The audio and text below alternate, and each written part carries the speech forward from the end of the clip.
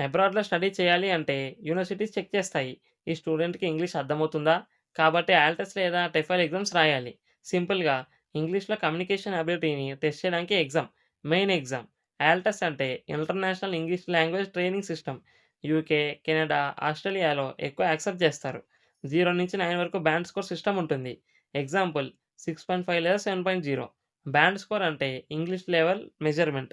9 అంటే ఎక్స్‌పర్ట్ అని, 8 very good, 7 good, 6 competent, 5 average, 4 basic, less than for week అని.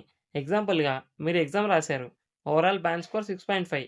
University condition 6 accept చేస్తుంది. TOEFL అంటే test of English as a foreign language. యూఎస్ఏలో ఎక్కువ universities accept చేస్తాయి. 0-120 స్కోర్ సిస్టమ్ ఉంటుంది. ఎగ్జాంపుల్‌గా 80/100. ఎగ్జామ్స్‌లో ఏం టెస్ట్ చేస్తారు? మీ రీడింగ్, రైటింగ్, లిజనింగ్, స్పీకింగ్ స్కిల్స్‌ని టెస్ట్ చేస్తారు. యూనివర్సిటీకి క్లారిటీ కావాలి. క్లాసెస్ ఇంగ్లీష్‌లో ఉంటాయి. ఈ స్టూడెంట్ మేనేజ్ చేయగలడా?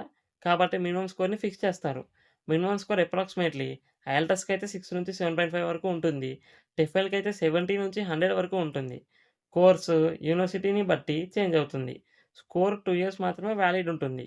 తర్వాత స్కోర్ ఎక్స్‌పైర్ అయిపోతుంది. యూనివర్సిటీస్ యాక్సెప్ట్ చేయవు. కాబట్టి మళ్ళీ ఎగ్జామ్ రాయాలి. ఐఎల్టీఎస్‌కి, టెఫెల్‌కి మేజర్ డిఫరెన్స్ ఇక్కడే ఉంటుంది.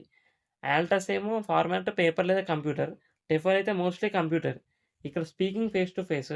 టెఫల్‌లో స్పీకింగ్ కంప్యూటర్‌తో. స్కోర్ బ్యాండ్ 0-9 వరకు ఉంటుంది. టెఫల్ అయితే score band 0-120. Popular in UK and Canada. TOEFL అయితే USA. Important points. Good score ఉంటే అడ్మిషన్ ఈజీగా దొరుకుతుంది. స్కాలర్‌షిప్ ఛాన్సెస్ పెరుగుతాయి.